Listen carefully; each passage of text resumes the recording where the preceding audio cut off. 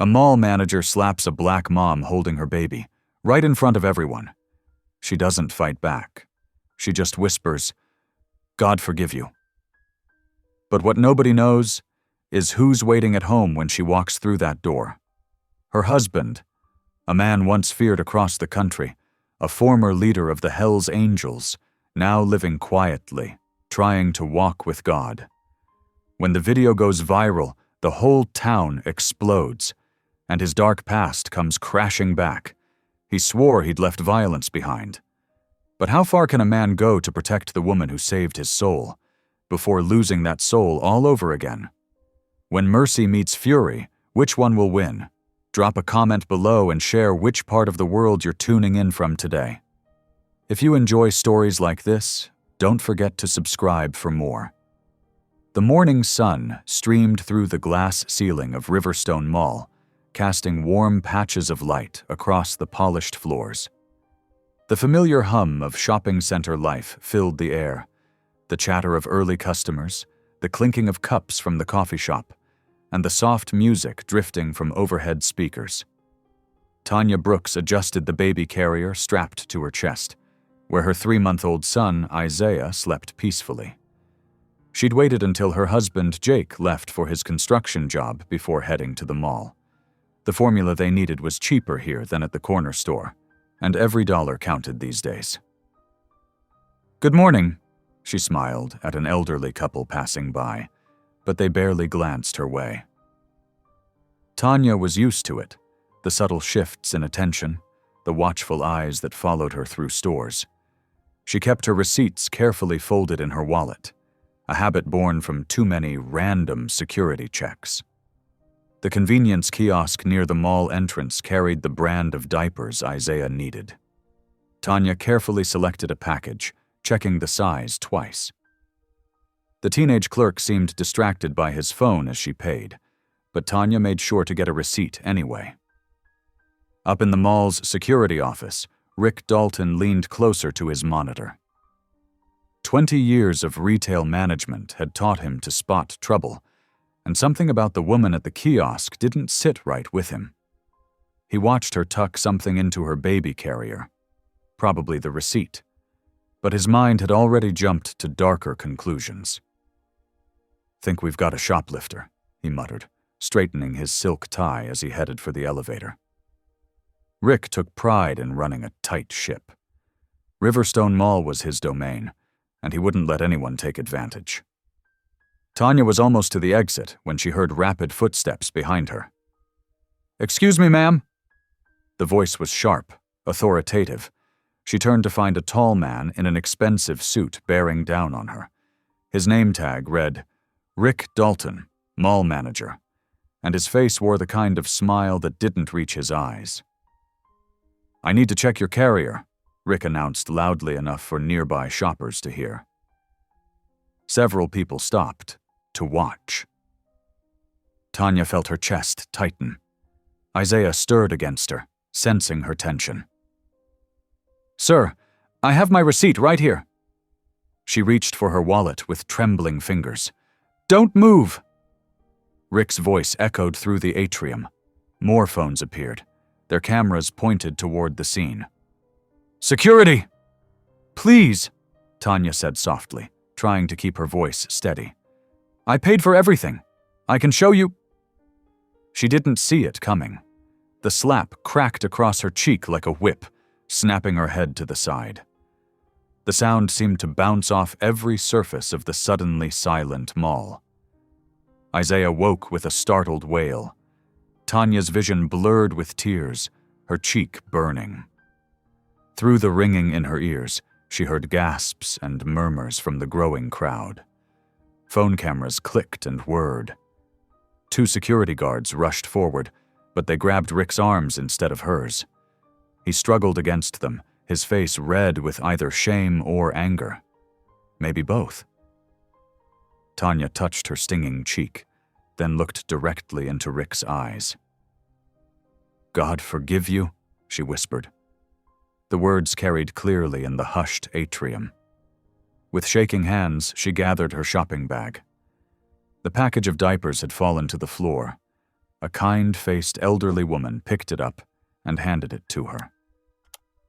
Tanya nodded her thanks, unable to speak anymore.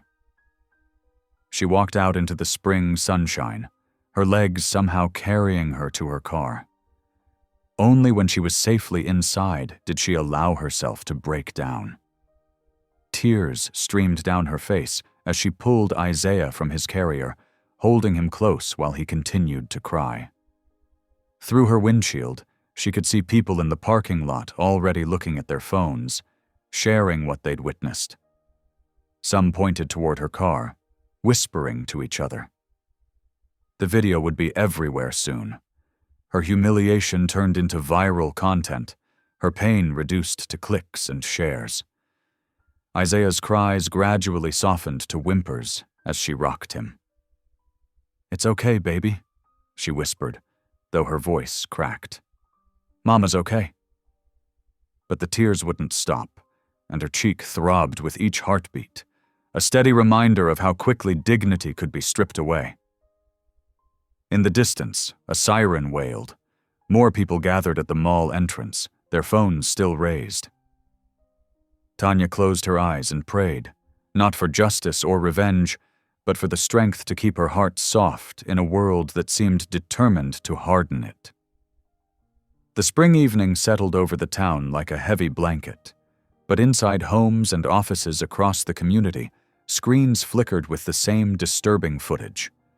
The video of the mall incident spread like wildfire across Facebook, Twitter, and local news websites. Every share carried outraged comments and calls for justice. By 6 o'clock, Channel 4's news anchor Jennifer Martinez stood in front of Riverstone Mall's main entrance. "A shocking incident of apparent racial profiling turned violent today at our local shopping center," she reported, her voice grave. The video, which has now been viewed over 50,000 times, shows mall manager Richard Dalton physically assaulting a young mother shopping for baby supplies. In living rooms across town, the footage played again and again. The sharp crack of the slap, the baby's startled cry, Tanya's quiet words of forgiveness. Each replay sparked fresh waves of anger and disbelief in comment sections and social media feeds. Justice for Tanya became the trending topic in local circles. People who had witnessed the incident shared their accounts, describing the young mother's dignity in the face of such cruelty. Others who knew Tanya from church or community events defended her character, sharing stories of her volunteer work and kindness. At home, Tanya sat curled on her worn but comfortable couch, tissues scattered around her. Isaiah slept peacefully beside her, his tiny chest rising and falling in perfect innocence. Her phone kept buzzing with messages of support, but each notification made her flinch, reminding her how public her pain had become. The front door opened at 7:30, and Jake's heavy work boots thudded against the welcome mat. "Babe," his deep voice called out, tinged with worry. He must have seen the messages, too. "In here," Tanya answered softly, not wanting to wake Isaiah. Jake entered the living room, still in his dust-covered construction clothes. His face, usually so controlled, twisted with concern when he saw her red-rimmed eyes. "Someone at work showed me the video," he said, his voice tight with barely contained rage. "That man put his hands on you?" He pulled out his phone, and Tanya watched his expression darken as he played the footage. His large hands gripped the device so hard his knuckles turned white. 20 years ago, Jake would have already been on his motorcycle, racing toward revenge with his old gang behind him. The muscle in his jaw twitched, and Tanya could see that part of him stirring. "Don't," she pleaded, reaching for his arm. "Please, Jake, God will handle this." "God wasn't there to stop him from hitting you," Jake growled, but he let her pull him down onto the couch beside her. His hands were shaking. "But he was there when I needed the strength to forgive," Tanya whispered, laying her head against his shoulder. "That's not weakness, baby, that's power." Jake wrapped his arm around her, and she felt some of the tension leave his body. "You're a better person than me," he muttered, kissing the top of her head. No, she corrected him gently. I just remember where we both came from, and how much forgiveness changed our lives. Meanwhile, across town in the Riverstone Mall offices, chaos reigned. Karen Steele, the corporate PR representative, paced the conference room while typing frantically on her tablet.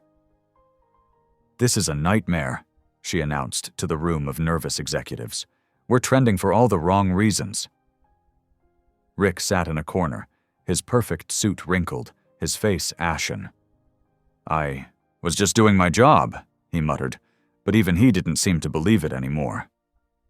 Your job? Karen's voice dripped with professional disdain. Your job was to protect the mall's interests, not assault a mother in front of dozens of witnesses with cameras. She turned to the regional director. We need to suspend him immediately, pending investigation, and we need to get ahead of this story before it goes national. The regional director nodded grimly. Rick, turn in your keys and badge. You're suspended without pay until further notice.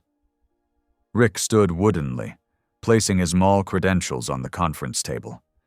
The same table where, just that morning, he'd felt so in control, so certain of his authority. Now he couldn't meet anyone's eyes as he walked out. Karen worked late into the night, crafting press releases and damage control strategies. By morning, she had a plan. We need to make this right, she told the management team. A public apology carefully staged. Show everyone we take responsibility and promote healing. When Tanya's phone rang the next morning, she was changing Isaiah's diaper. The number was unfamiliar, but something told her to answer it. Mrs. Brooks? Karen's professional voice came through clearly. This is Karen Steele from Riverstone Mall's corporate office. We would like to invite you to participate in an official apology from Mr. Dalton. We believe it's important to promote healing in our community. Tanya's hand trembled slightly as she secured Isaiah's diaper. An apology? Yes, with press present. We want to show that Riverstone Mall stands against discrimination and values all our customers. Karen's words were smooth, practiced. Mr. Dalton has agreed to apologize publicly for his actions. Tanya was quiet for a moment, gently tickling Isaiah's belly to make him smile. Will it help? She finally asked. Will it make things better? We believe it's a step in the right direction, Karen assured her. The community needs to see reconciliation is possible. After discussing it with Jake, who insisted on taking the morning off to accompany her, Tanya agreed. They arrived at the mall at 10 o'clock to find news vans and a small crowd gathered in the atrium. Karen met them at a side entrance, her smile professional but warm. We've prepared a short statement for Mr. Dalton, Karen explained, leading them to where cameras were set up. Then you'll have a chance to respond if you wish. Rick stood near the podium, wearing a fresh suit but looking somehow diminished. His eyes darted nervously between the cameras and Tanya, who held Isaiah close to her chest. When the cameras started rolling, Rick stepped forward and began reading from a card. I want to apologize for my actions yesterday, he said, his voice flat and rehearsed. They were inappropriate and not reflective of Riverstone Mall's values. We are committed to providing a safe and welcoming environment for all customers, regardless of race or background. Karen gestured for Tanya to step forward. The young mother approached the podium, adjusting Isaiah in her arms. The baby cooed softly, drawing gentle smiles from the crowd. I forgive you, Tanya said simply, her voice clear and genuine. No cards, no rehearsal needed. The words rang through the atrium, just as her whispered plea for God's forgiveness had the day before. The crowd burst into applause, cameras flashed, and reporters scribbled in their notebooks. Karen beamed, already imagining the positive headlines. For a moment, it seemed like the perfect resolution to an ugly incident. Local news anchor Jennifer Martinez's voice carried over the evening broadcasts. In a touching display of reconciliation, the victim of yesterday's mall assault accepted a public apology from Richard Dalton. The incident, which sparked outrage on social media, appears to be moving toward a peaceful resolution. The crowd's applause faded, the cameras powered down, and the mall's atrium began to return to its normal rhythm. Shoppers passed by, some pausing to watch the news crews pack up their equipment. The nightmare seemed to be ending, wrapped up in a neat bow of corporate apology and public forgiveness. 2 days after the public apology, Sarah Chenin, a part-time mall security guard, uploaded 3 different camera angles of the incident to her social media accounts. "The truth needs to be seen," she wrote in her post. The footage showed Tanya clearly paying for her items, carefully placing her receipt in her purse, and walking calmly toward the exit before Rick confronted her. Within hours, the videos went viral. National news networks picked up the story, their anchors expressing outrage at the clear evidence of racial profiling. CNN's headline blazed, "Mall manager's assault on innocent mother caught on multiple cameras." MSNBC followed with, "Shocking new footage reveals truth behind Tennessee mall incident." Outside Tanya and Jake's modest single-story home, news vans began appearing like vultures. Reporters clutched microphones and waited on the sidewalk, hoping to catch a glimpse of the young mother who'd become the latest face of racial injustice in America. Jake pulled his dusty work truck into the driveway after a long day at the construction site, his jaw clenching at the sight of the media circus. He stepped out, his steel-toed boots hitting the gravel hard as he approached the reporters. "Please respect our privacy," he said, his voice low and controlled despite the anger simmering beneath the surface. "My wife and son need peace." Inside, Tanya sat in the nursery, gently rocking Isaiah while talking on the phone with Pastor Miller. "I keep thinking about Mr. Dalton's family," she said softly. "All this hatred being thrown at them. It's not what I wanted." "You're showing remarkable grace, Tanya," Pastor Miller replied. "Let's pray together for peace in this situation." Tanya closed her eyes, listening to Pastor Miller's steady voice as he prayed for healing, understanding, and protection for all involved. Isaiah dozed against her chest, innocent to the storm raging outside their home. Across town, Rick Dalton's life was unraveling. His wife, Jennifer, packed suitcases while their 15-year-old daughter, Ashley, sobbed in her room. "I can't stay here, Rick," Jennifer said, her voice tight with disappointment. "The things people are saying about you, Ashley can't even go to school without people harassing her." Rick stood in their bedroom doorway, watching helplessly as his wife methodically emptied their closet. "Jen, please, I'll fix this somehow." "How?" Jennifer snapped, throwing a handful of clothes into her suitcase. "You can't take back what you did. That poor woman, her baby." She shook her head, zipping the suitcase with finality. "We're going to stay with my sister until this blows over." The letters started arriving that afternoon. Angry messages, some containing threats, piled up in Rick's mailbox. He sat alone in his kitchen, reading each one with trembling hands, the weight of his actions pressing down on him like a physical force. Back at the Brooks residence, Jake was doing his best to maintain his composure. He stood guard at the window, watching reporters mill about on their lawn. His muscled forearms tensed as he crossed them over his chest, unknowingly displaying the faded Hell's Angels tattoo that would soon complicate everything. Amy Rodriguez, a freelance journalist, noticed the tattoo while reviewing footage for her story. She zoomed in on Jake's arm, her eyes widening as she recognized the infamous Death's Head insignia.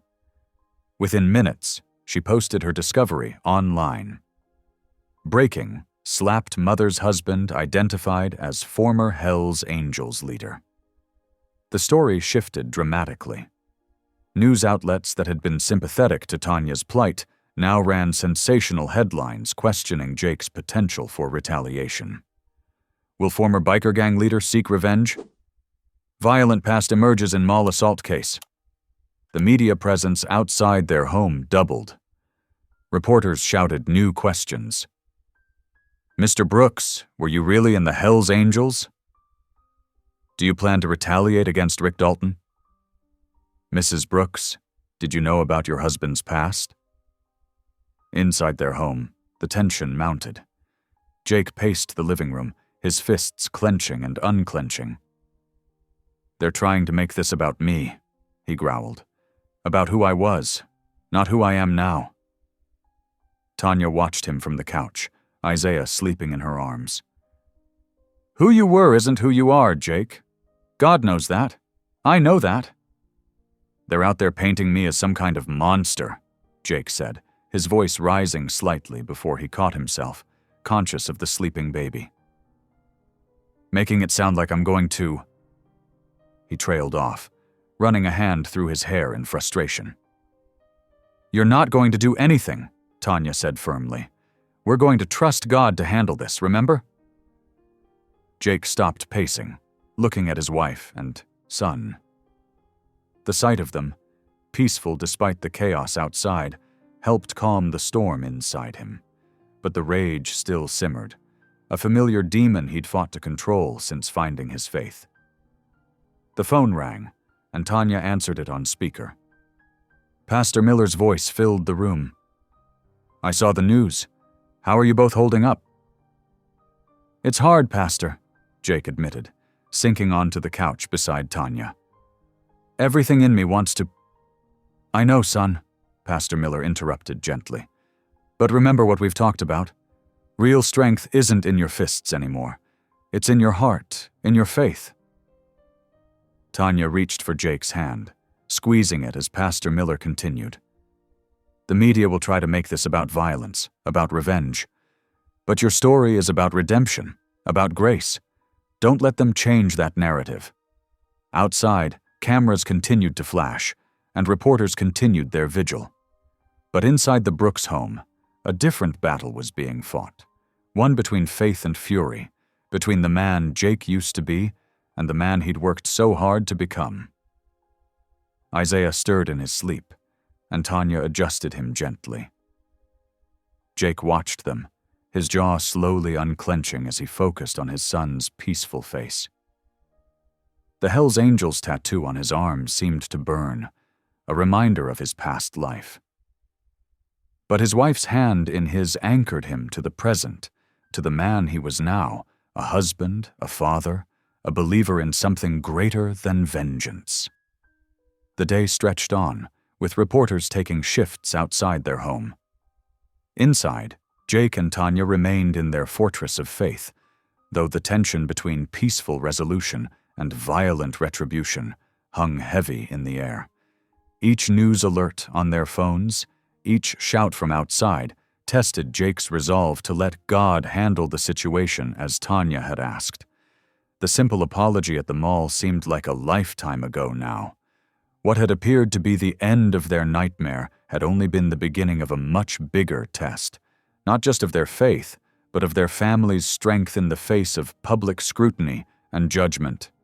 The digital clock on the microwave blinked 2:15 in the morning, its green glow the only light in the Brooks kitchen. Jake sat at the table, his broad shoulders hunched, staring through the darkness at the hall closet door. Inside, buried beneath winter coats and old blankets, lay his leather jacket, the one he hadn't touched in 5 years, the one with the Hells Angels' death's head stitched across the back. His fingers drummed against the wooden table, echoing the restless thunder of his thoughts. Every thump reminded him of different times, of motorcycle engines roaring through midnight streets, of fists connecting with flesh, of cell doors clanging shut. The sound of soft footsteps pulled him from these dark memories. Tanya appeared in the doorway, Isaiah cradled against her chest. The baby was wrapped in his favorite blue blanket, sleeping peacefully despite the tension filling their home. She didn't switch on the light. Understanding sometimes darkness made it easier to speak truth. "Couldn't sleep either?" she asked softly, easing into the chair beside him. Her free hand found his, fingers intertwining naturally. Jake's eyes didn't leave the closet. "Keep thinking about that jacket in there, about who I was when I wore it." "That's not who you are anymore," Tanya reminded him, her voice gentle but firm. Her thumb traced small circles on his palm, a gesture that had calmed him through countless nights of doubt and temptation. "Remember the first time I saw you?" she continued. "Through the prison ministry? You wouldn't even look at me." A ghost of a smile touched Jake's lips. "Thought you were crazy, coming into maximum security to teach Bible study. This tiny woman with the biggest smile I'd ever seen talking about grace like it was something real." "It was real," Tanya said. "Still is. That's why you're sitting here in our kitchen instead of back in that cell. That's why we have Isaiah. That's why God brought us together." Jake finally turned to look at her, his eyes softening as they fell on his sleeping son. "Sometimes I wonder if I deserve any of this, if I'm just playing pretend at being a good man." "You don't need to prove anything," Tanya whispered, shifting Isaiah gently as he stirred. "Not to me, not to those reporters outside, not to anyone. God knows your heart, Jake. He sees how far you've come." But the restlessness wouldn't leave him. As the night crept toward dawn, Jake made a decision. He needed to face this head-on before the darkness inside him grew too strong. The next morning, Jake drove to the Riverstone Mall. The parking lot was nearly empty. Most people were avoiding the place since the incident. Security guards eyed him nervously as he walked through the main entrance, his construction boots echoing against the polished floor. "I need to see Rick Dalton," he told the young woman at the information desk. She started to refuse, but something in his steady gaze made her reach for the phone. 10 minutes later, Jake stood in Rick's office. The place was a mess, papers scattered everywhere, empty coffee cups littering the desk, blinds drawn against the morning sun. Rick himself looked hardly better. His usually pressed shirt was wrinkled, dark circles shadowed his eyes, and a few days' worth of stubble covered his chin. "Come to finish what your wife started?" Rick asked, trying to sound tough, but his voice wavering slightly. "Turn me into another viral moment?" Jake remained by the door, hands loose at his sides. "No. I came to tell you I forgive you." Rick's laugh was bitter, ugly. "Forgive me? Is this some kind of joke? The big bad biker gang leader found Jesus and now he's handing out forgiveness?" "I'm not that man anymore," Jake said quietly. "That's the point. I changed. Not because I'm weak, but because I found something stronger than hate." Rick's face twisted. "Please, I've seen your type before. Tanya's probably just some pity project for you, the ex-con playing Christian family man. But we both know what you really are. A thug in a Sunday suit." Jake's fists clenched involuntarily. The old familiar heat rose in his chest, the urge to solve problems with violence singing in his blood. For a moment, he could see himself lunging across the desk, finally giving Rick the beating so many thought he deserved. Instead, he turned away. Through clenched teeth, he whispered words Tanya had taught him years ago. "Lord, give me strength to walk in peace." Without another word, he left the office. In the parking lot, he climbed into his truck and gripped the steering wheel until his knuckles turned white. His whole body trembled with the effort of restraint, with the battle between who he had been and who he was trying to be. Rain began to fall, first a gentle patter, then a heavy downpour. Back at home, Tanya knelt by their bedroom window, Isaiah sleeping in his crib nearby. She watched the storm darken the sky and prayed, not just for Jake's safety, but for peace to find both men, for the cycle of anger and pride to break, for grace to win over vengeance. Her whispered prayers joined the rhythm of the rain. "Lord, Cover them both in your peace. Help Jake stay strong in his faith. Help Rick find his way to forgiveness. Let love be stronger than hate." The storm continued, thunder rolling across the Tennessee sky like the echo of old battles being fought anew. But inside the Brooks home, in spite of everything, peace remained. Fragile, perhaps, tested, certainly, but holding firm against the darkness outside. The days crawled by under Tennessee's summer skies, heavy with tension and unspoken words. Outside the Brooks' modest two-story home, a rotating cast of news vans kept vigil, their satellite dishes pointed skyward like mechanical sunflowers. Behind tinted windows, camera operators waited for any sign of movement, any hint of drama to feed the endless news cycle. Tanya tried to maintain their normal routine, but even simple tasks had become complicated performances. Taking Isaiah for a walk meant dodging photographers. Going to the grocery store invited whispers and stares. Social media buzzed with endless debates about race, forgiveness, and justice. Her family's private pain transformed into public entertainment. Jake felt the pressure mounting in different ways. One morning, he arrived at the construction site to find his supervisor shifting uncomfortably from foot to foot. "Look, Jake," the man said, unable to meet his eyes. "Corporate's worried about the publicity. With your history coming out and all." He handed Jake his final check. "We're going to have to let you go." Jake took the envelope without a word, his calloused hands steady even as anger burned in his chest. He'd worked 3 years for this company, never missed a day, never caused trouble. But none of that mattered now. His past had caught up with him again. Home. Tanya continued her volunteer work at Grace Fellowship's food bank, despite the cruel comments flooding her social media accounts. Anonymous users called her weak, naive, an enabler. Some even suggested she'd staged the whole incident for attention. She deleted the apps from her phone, but couldn't delete the hurt they caused. "Why do you still go?" Jake asked one morning, watching her pack donated groceries into boxes. "Nobody would blame you for taking a break?" Tanya smiled, the gentle expression that had first drawn him to her in that prison visiting room years ago.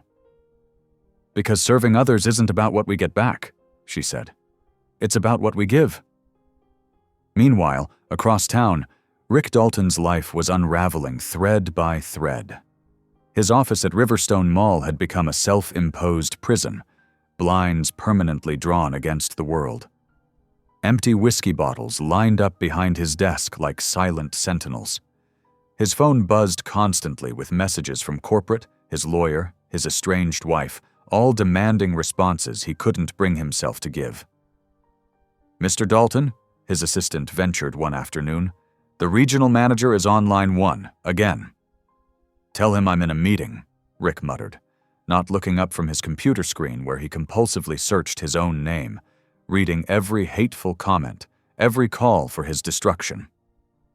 "Sir, he says if you don't take his call today—" "I said I'm in a meeting!" The words exploded from him, making his assistant flinch. As she hurried out, Rick caught his reflection in the dark computer screen, haunted eyes, unkempt hair, 3 days of stubble. He hardly recognized himself anymore. At the food bank, Tanya found peace in the simple rhythm of service. Every Wednesday and Saturday, she helped prepare and serve meals to the community's forgotten members, elderly folks on fixed incomes, struggling families, and veterans who'd fallen through society's cracks. One quiet Wednesday afternoon, as summer heat pressed against the church windows, a new face appeared in the serving line. He was older, maybe in his 60s, with a gray beard and eyes that had seen too much. His clothes were clean but worn, and he carried himself with the straight-backed dignity of a military man. "The coffee here better than the VA's?" he asked with a wink as Tanya filled his cup. She laughed. "That's not saying much from what I hear." "Name's Walter," he said, accepting the steaming mug. "Been seeing you on the news." Tanya's smile faltered slightly, but Walter shook his head. Don't worry, I'm not here to judge. Just thinking about karma, you know? How it catches up with everyone eventually. Something in his tone made Tanya look closer. There was pain behind his easy manner, old hurts that hadn't healed. My son, Walter continued, staring into his coffee. He was always so worried about looking successful, being respected. Guess that's my fault, really. Kids learn what they live, right? When Tanya mentioned Rick's name in passing, Walter's face went pale. The coffee cup trembled in his weathered hands. That's my boy, he murmured, so quietly Tanya almost missed it. Haven't seen him in 20 years, but that's my Rick. Over the next hour, as other volunteers cleaned up around them, Walter shared his story. He'd returned from Vietnam a different man, angry, drinking too much, unable to be the father his son needed. When Rick was 12, Walter had walked away, convinced his son would be better off without him. He'd been homeless on and off ever since, fighting his demons in VA hospitals and shelter beds.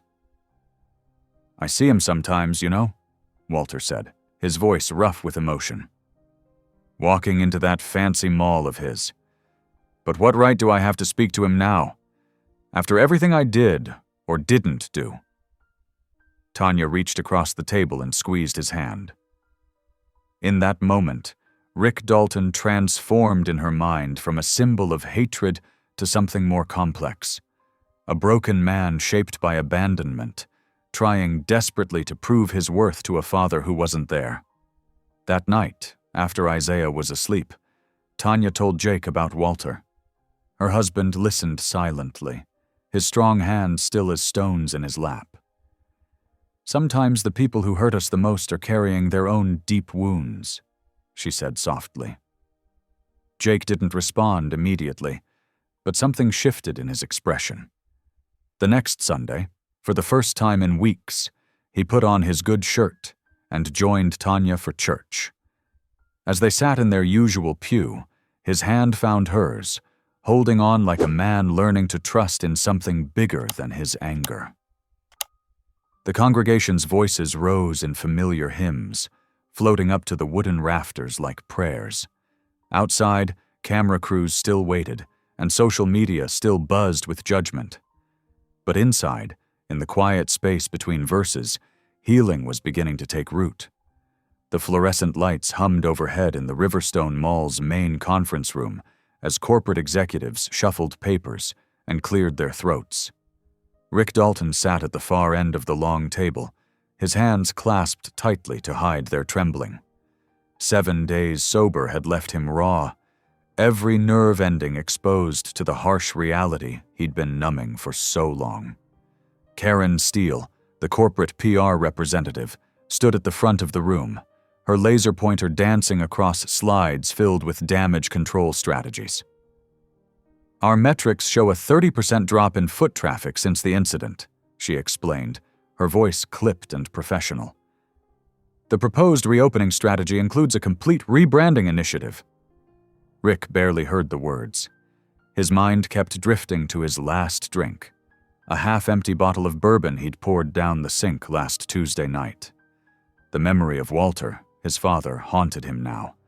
He saw him in every homeless veteran who wandered past the mall, in every reflection of his own tired eyes. Mr. Dalton? Karen's voice cut through his thoughts. Do you have anything to add? Rick stood slowly, his chair scraping against the tile floor. I want to apologize, he began, his voice hoarse. Not just for the incident, but for how I've handled everything since. I'm getting help now, and I... Thank you, Rick, the regional manager interrupted, not unkindly. But we should inform you that your position is currently under review. We'll need you to take an extended leave while we assess the situation. Outside the window, protesters' chants filtered through the glass. Fire Rick! Fire Rick! Some held signs with his face crossed out in red marker. Others carried pictures of Tanya Brooks, their new symbol of grace under fire. Across town, Tanya finished her shift at the church food bank, carefully stacking empty soup pots in the industrial dishwasher. Isaiah slept peacefully in his carrier, his tiny fists curled against his chest. She thought about Walter, wondering if he'd return this week, carrying more pieces of Rick's broken history. The summer afternoon had turned sticky and warm as she drove past the mall on her way home. The sight of the building still made her stomach clench, but she pulled into the parking lot anyway. Finding a quiet spot near the entrance, she bowed her head. "Lord," she whispered, "please bring peace to this place, to Rick, to the protesters, to everyone hurting from what happened here." Isaiah cooed softly in his sleep as she prayed. Inside the mall's electrical room, ancient wiring groaned under the strain of the building's outdated systems. A junction box, corroded by years of negligence, sparked once, twice, then erupted in a shower of blue-white electricity. Flames licked up the wall, finding purchase in old insulation. Tanya noticed the smoke first, thin wisps curling from under a service door. Then the fire alarms shrieked to life, their wailing chorus echoing across the parking lot. People began streaming out of the mall's main entrance, some running, others walking quickly but trying to maintain composure. Her heart pounding, Tanya grabbed Isaiah's carrier and rushed toward the crowd. A security guard she recognized from her previous visits was helping direct people away from the building. "Please," she said, pressing Isaiah's carrier into his arms. "Keep him safe. There might be people still inside." Before he could protest, she turned and ran into the mall. The smoke was thicker inside, rolling along the ceiling in gray waves. Emergency lights cast an eerie glow through the haze. Most stores were already empty, their security gates pulled down. "Is anyone here?" she called out, moving deeper into the building. "Does anyone need help?" She found two elderly shoppers struggling with a heavy door and guided them toward the exit. A young store clerk, frozen in panic behind her register, needed gentle coaxing to leave her post. With each person she helped, the smoke grew thicker, making her eyes water and her throat burn. Then she remembered the corporate meeting. The West Wing offices. The hallway leading to the administrative section was nearly impassable, filled with choking smoke and intense heat. She pulled her shirt over her nose and pressed forward, calling out. A weak voice answered. She found Rick Dalton pinned beneath a fallen ceiling beam, blood trickling from a cut on his forehead. His eyes widened when he recognized her. "Tanya?" He coughed. Why would you? Don't talk, she ordered, assessing the situation. The beam was heavy but not impossible to move. When I lift, you need to pull yourself out. Can you do that? He nodded, still staring at her in disbelief. Tanya braced herself against the wall and pushed up with all her strength. The beam shifted just enough. Rick dragged himself free, gasping in pain. His ankle was clearly injured, but there was no time to examine it. "Lean on me," she said, pulling his arm across her shoulders. Together they stumbled through the smoke-filled corridor. Each step was a battle against the thickening air and the growing weakness in their legs. Finally, they burst through an emergency exit into the blinding sunlight. Firefighters rushed forward, supporting them as their legs gave out. The fresh air hurt Tanya's lungs almost as much as the smoke had. Paramedics guided them to waiting stretchers. As they lifted her onto the ambulance, Tanya turned her head toward Rick on the neighboring gurney. Their eyes met through the chaos of emergency responders and news cameras. "You're forgiven," she whispered, her voice rough from the smoke but clear enough for him to hear. Tears cut clean tracks through the soot on Rick's face as they loaded him into a separate ambulance. Above them, flames consumed the west wing of Riverstone Mall, sending columns of black smoke into the summer sky. Fire trucks continued to arrive, sirens wailing as the sun began to set. The blaze would burn through the night, its orange glow visible for miles, a beacon of destruction that would ultimately lead to something new. The steady beep of hospital monitors pulled Tanya from her dreams. Sunlight streamed through Venetian blinds, casting thin stripes across crisp white sheets. Her throat felt raw, and every breath brought a slight sting. Bandages wrapped her forearms where the heat had seared her skin, and she could feel the tender patches of burns along her neck. Jake sat slumped in a vinyl chair beside her bed, his large frame somehow looking smaller in exhaustion. Dark circles rimmed his eyes, but they brightened when he saw her stirring. "Hey, beautiful," he whispered, leaning forward to take her hand. His touch was gentle, mindful of her bandages. "Isaiah?" Her voice came out raspy from the smoke damage. "He's safe. Martha, Pastor Miller's wife, has him. She's been sending me pictures every hour." Jake pulled out his phone, showing her their son, peaceful and content in Martha's arms. "Not a scratch on him, thanks to that security guard." Tanya closed her eyes in relief, letting out a breath she didn't know she'd been holding.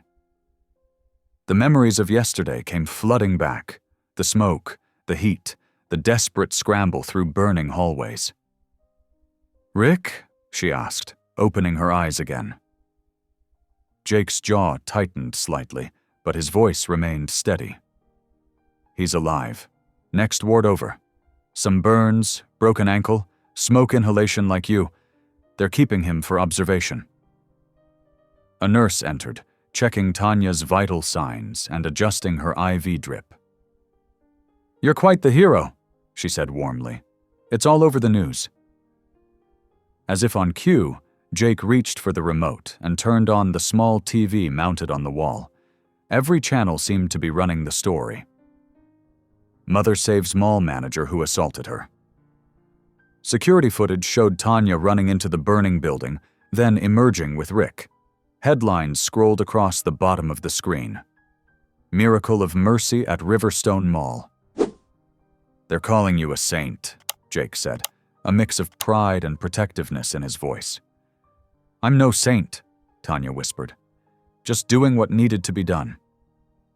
The morning passed in a blur of medical checks and quiet conversations. Pastor Miller visited briefly, bringing prayers and gentle encouragement.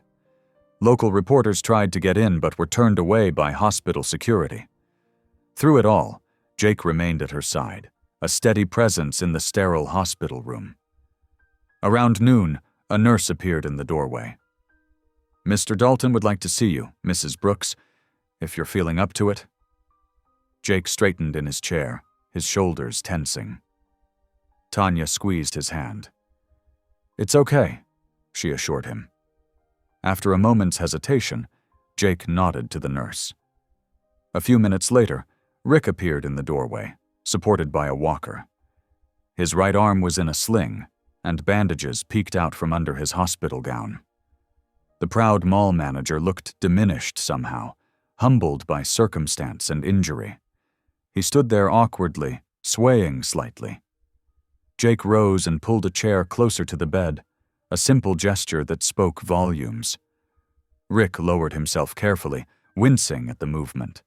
The silence stretched between them, broken only by the steady beep of monitors. Finally, Rick spoke, his voice barely above a whisper. "Why did you save me?" Tanya smiled faintly, her eyes soft with understanding. "Because someone saved me once." The words hung in the air. Rick's eyes darted between Tanya and Jake, comprehension slowly dawning on his face. Tears began to roll down his cheeks as he understood the dual meaning, how Jake had found redemption through faith, and how that same grace now extended to him. "I don't deserve it," Rick choked out. "None of us do," Jake said quietly. "That's kind of the point." Rick's shoulders shook with silent sobs. The setting sun painted the hospital corridors in warm orange light, softening the institutional whites and grays. Tanya closed her eyes, her lips moving in silent prayer for the broken man beside her bed. Visiting hours drew to a close. Rick struggled to his feet. Jake stood too, and for a moment, the two men faced each other. Then Jake extended his hand, the same hand that had ached to strike in anger just days before. Rick took it hesitantly, and they shook, a simple gesture that bridged a chasm of hatred and hurt. The touch lasted only seconds, but it marked something profound, the moment when vengeance gave way to grace, when the cycle of anger finally broke. As Rick shuffled back to his ward, Tanya watched Jake's face, seeing the last traces of tension melt away. She reached for his hand, and he sat beside her again. No words were needed. The orange light faded to purple, then deep blue, as night settled over the hospital. In the quiet, healing began, not just of burns and bruises, but of hearts long scarred by pain and prejudice. The hospital days blurred together in a haze of beeping monitors and antiseptic smells. Tanya watched sunrises through her window, each morning bringing new strength to her healing body. The burns across her neck and arms throbbed less with each passing day, though the doctors warned the scars might never fully fade. Every morning, fresh flowers appeared on her bedside table. Sometimes they came with short notes in Rick's careful handwriting. "Thank you," or "praying for you." Other times, they arrived silently, left by nurses who said a quiet man had dropped them off before visiting hours. "He was here again," Jake would say softly, touching the petals of bright daisies or gentle roses. The anger had drained from his voice, replaced by something closer to understanding. While Tanya rested, Jake threw himself into work at their church. The old building needed repairs: loose shingles, creaky floorboards, a stubborn leak in the fellowship hall. He worked alongside Pastor Miller, their conversations flowing naturally between hammer strikes and sawdust. "I almost lost it that day," Jake admitted one afternoon, wiping sweat from his forehead as they replaced rotting boards. "When I saw that video, something inside me wanted to go back to the old ways, to make him hurt like he hurt her." Pastor Miller nodded, his weathered hands steady on a level. "But you didn't." "No." Jake's voice grew quiet. "I chose different. Chose what Tanya would want, what God would want." "That's real strength, son. Anyone can throw a punch. It takes a mighty spirit to hold one back." The pastor's words settled into Jake's heart, affirming the path he'd chosen. As they worked, the physical labor became a kind of prayer, each nail driven home a testament to reconstruction, to building something new from broken pieces. Across town, Rick Dalton stood in his kitchen, staring at the artwork still taped to his refrigerator. His daughter's drawings showed happier times: stick figures holding hands, a house with a smoking chimney, a family of 3 beneath a yellow sun. Now the house echoed with absence, his wife and daughter staying, with relatives until things settled down. His fingers traced the crayon lines, remembering the pride in his little girl's eyes when she'd presented each masterpiece. How had he strayed so far from that man, the father who hung children's artwork with care, who read bedtime stories and checked for monsters under the bed? The homeless shelter's number sat heavily in his pocket, written on a creased piece of paper Tanya had given him. With trembling fingers, he dialed, asking for Walter Dalton. Minutes passed, each heartbeat thundering in his ears. "Hello?" The gruff voice on the other end sent him back 20 years, to slammed doors and broken promises, to a boy watching his father walk away. "Dad," Rick's voice cracked. It's Rick."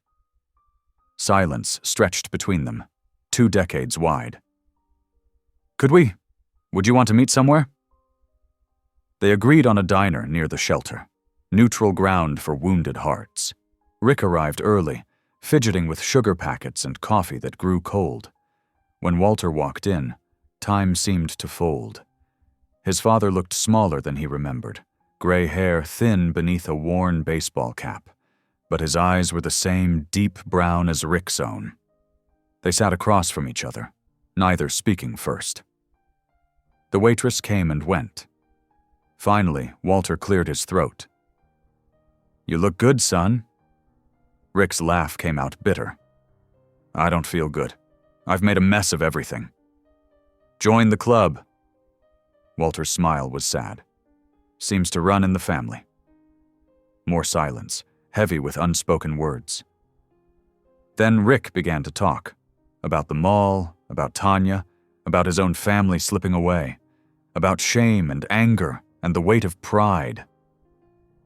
Walter listened, weathered hands wrapped around his coffee cup. When Rick's words ran dry, Walter stood. For a moment, Rick thought he would walk away again. Instead, his father stepped around the table and opened his arms. Rick stood on shaking legs, and suddenly he was a boy again, falling into his father's embrace as tears came hot and fast. "I'm sorry," Walter whispered, his own voice thick. "For everything." "Me too," Rick sobbed. "I want to be better. I have to be better." They held each other in the quiet diner, two broken men beginning to heal. That Sunday morning, Tanya walked carefully up the church steps, leaning on Jake's arm. A silk scarf covered the worst of her burns, its soft purple fabric catching the morning light. As she entered the sanctuary, applause rippled through the congregation, gentle at first, then swelling to fill the high ceiling. She ducked her head, embarrassed by the attention, but Jake squeezed her hand with pride. They settled into their usual pew as Pastor Miller approached the pulpit, his Bible open to Romans chapter 12. "Be not overcome of evil," he read, his voice carrying to every corner, "but overcome evil with good." In the back pew, unnoticed by most, Rick sat with his head bowed. The words washed over him like rain on parched earth. His heart, so long hardened by pride and fear, cracked open at last, letting in the light of grace. The congregation sang old hymns of redemption and renewal, their voices rising in harmony. Tanya's clear soprano joined them, carrying despite her injuries. And in the back, Rick's whispered voice added its own quiet prayer. Not for forgiveness this time, but for strength to live worthy of the grace he'd been shown. The morning sun streamed through stained glass windows, painting rainbow patterns across scarred hands and healing hearts. In its light, the past began to fade, making way for something new to grow.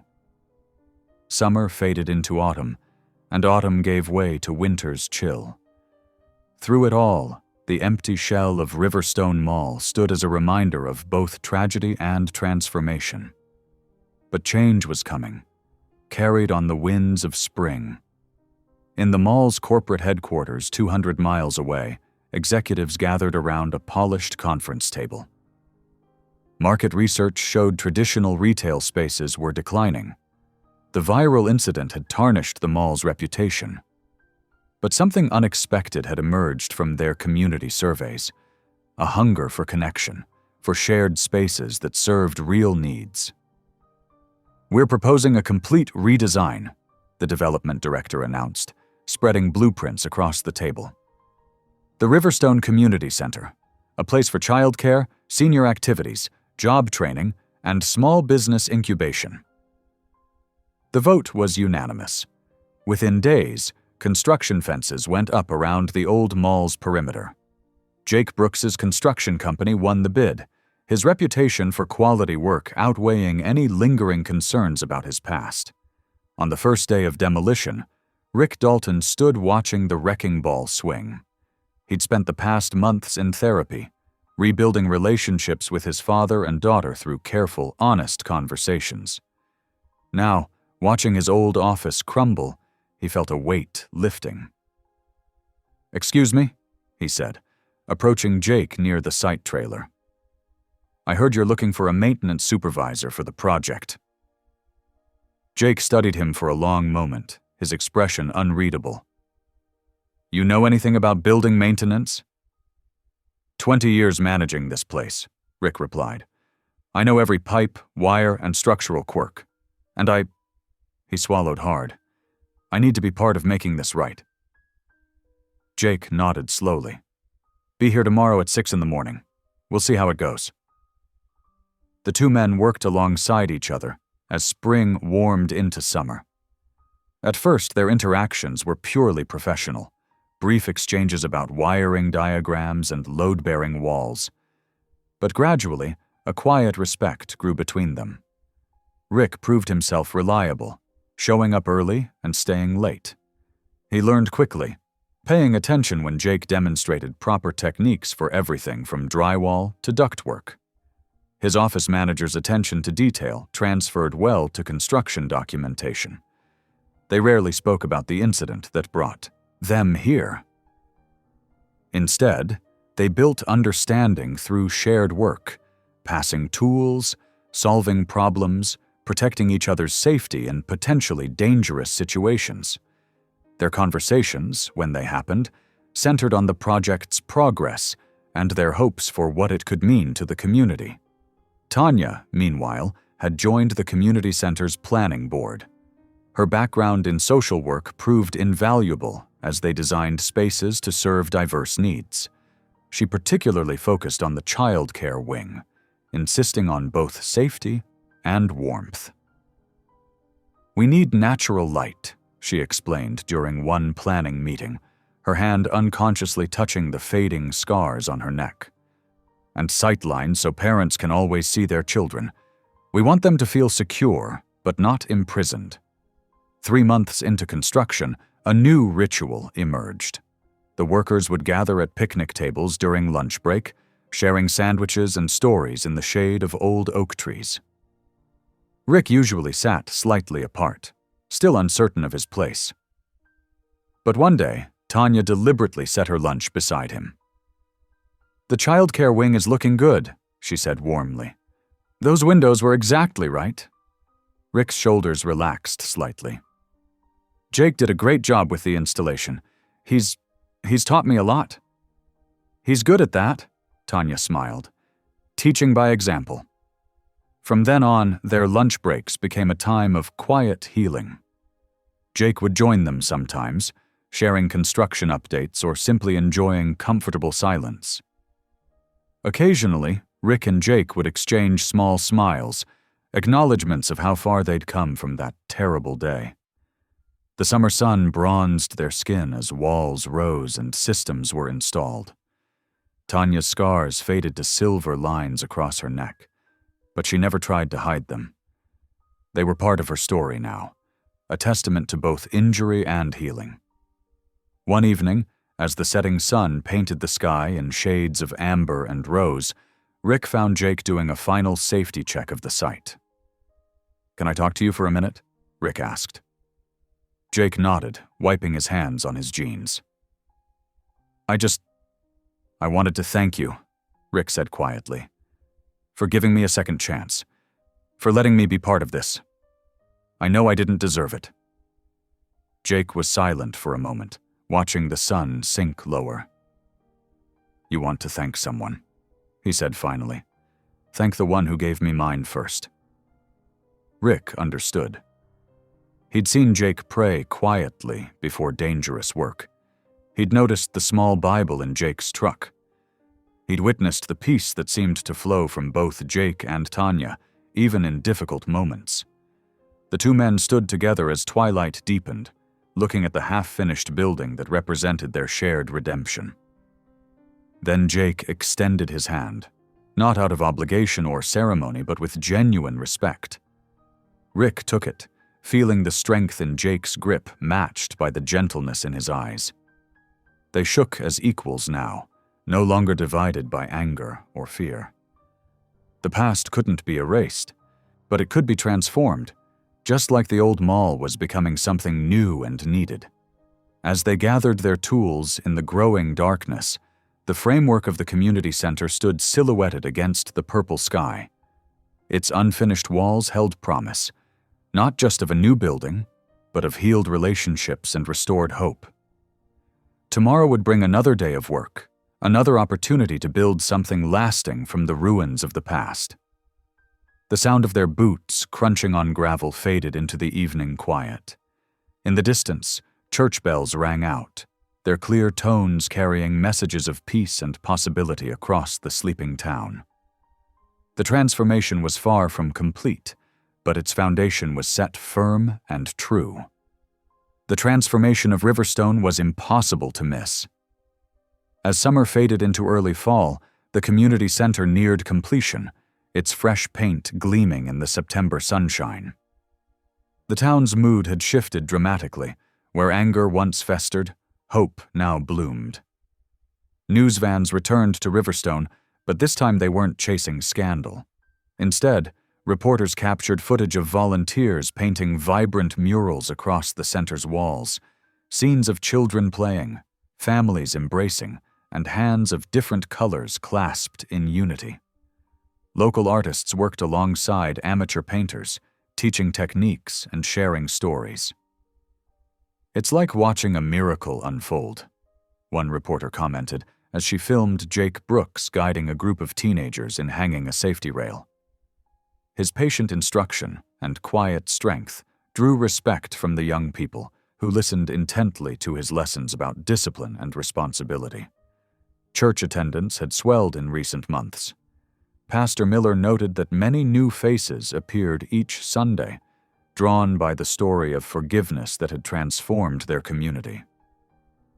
The church parking lot now regularly overflowed, with cars lining nearby streets. Tanya threw herself into organizing the grand reopening celebration, a family faith fair that would welcome everyone in the community. She worked tirelessly, coordinating food vendors, arranging activities, and ensuring every detail promoted inclusion. Walter Dalton, his eyes clear and his stance steady after months of sobriety, stood proudly beside his son Rick at one of the grills. The smell of barbecue filled the air as father and son worked together, making up for lost decades through shared service.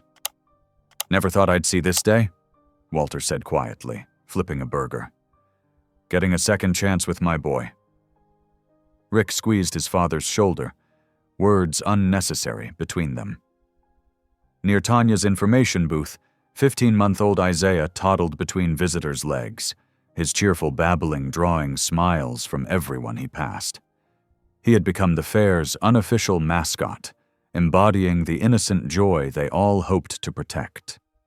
The late afternoon sun cast long shadows across the gathering as Tanya stepped onto the small stage under the main tent.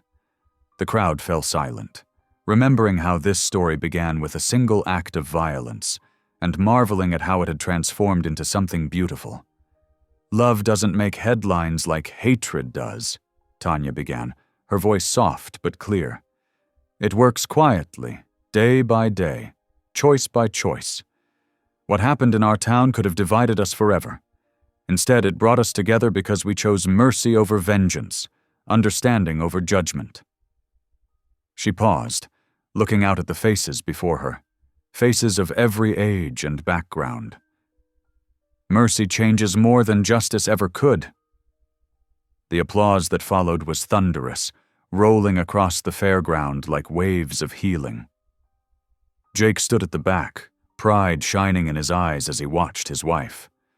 Rick wiped tears from his cheeks, his father's hand steady on his back.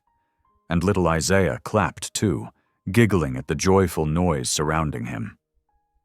Fall had painted the Tennessee hills in brilliant shades of red and gold on the morning of the Riverstone Community Center's grand opening. A gentle breeze carried the sound of brass instruments playing Amazing Grace across the newly paved parking lot where hundreds of townspeople gathered, their excited chatter mixing with the music. The building stood proud against the autumn sky, its fresh white paint gleaming in the morning light. Wooden beams, carefully installed by Jake's construction team, framed the entrance where a red ribbon stretched between two posts. Children darted through the crowd, their laughter echoing off the building's walls. Tanya Brooks stood before the ribbon, looking radiant in a simple blue dress. Her hands were steady as she held the ceremonial scissors, though her eyes glistened with emotion. Jake stood nearby, balancing 15-month-old Isaiah on his hip, their son cooing at all the attention. The crowd fell quiet as Tanya addressed them.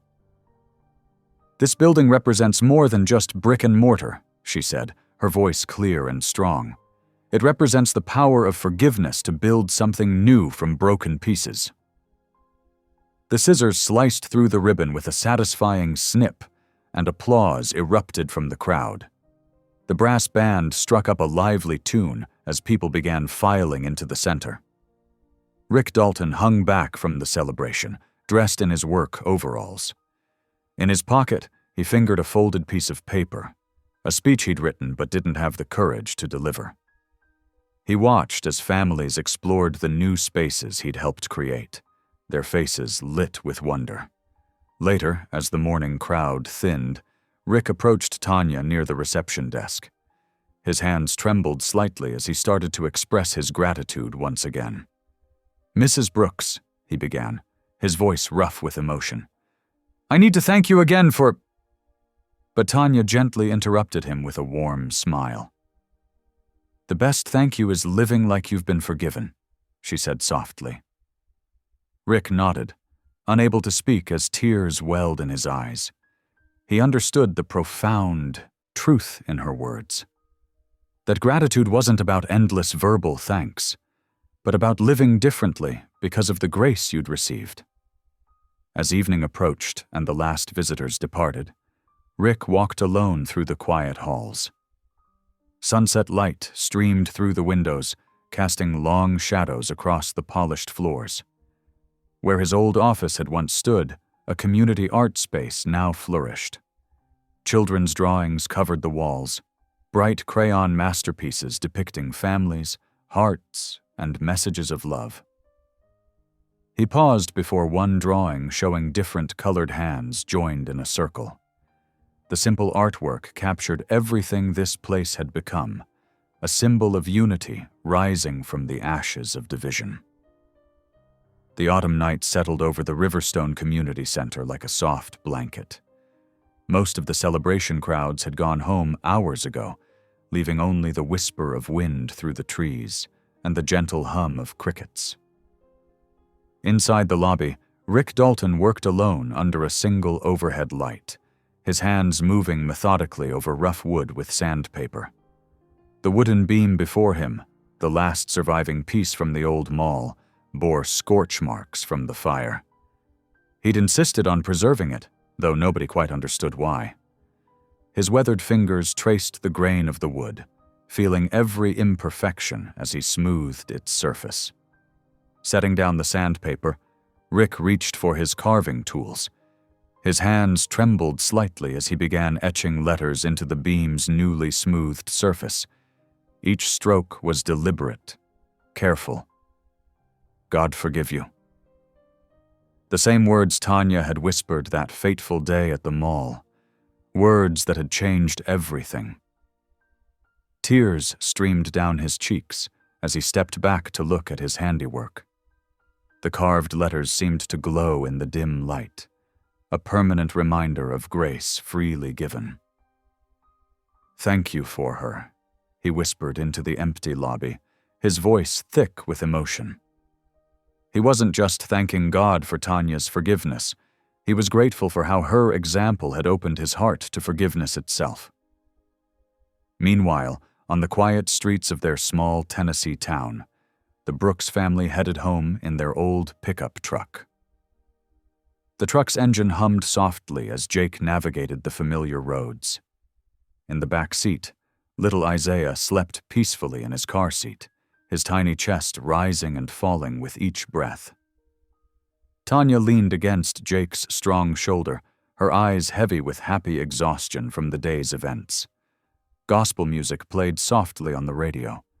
"Amazing Grace" filling the cab with its gentle melody. "See?"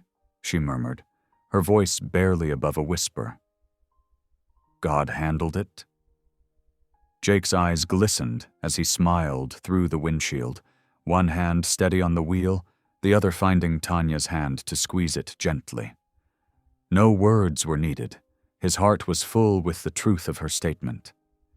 Behind them, the new Riverstone sign cast its warm glow against the night sky.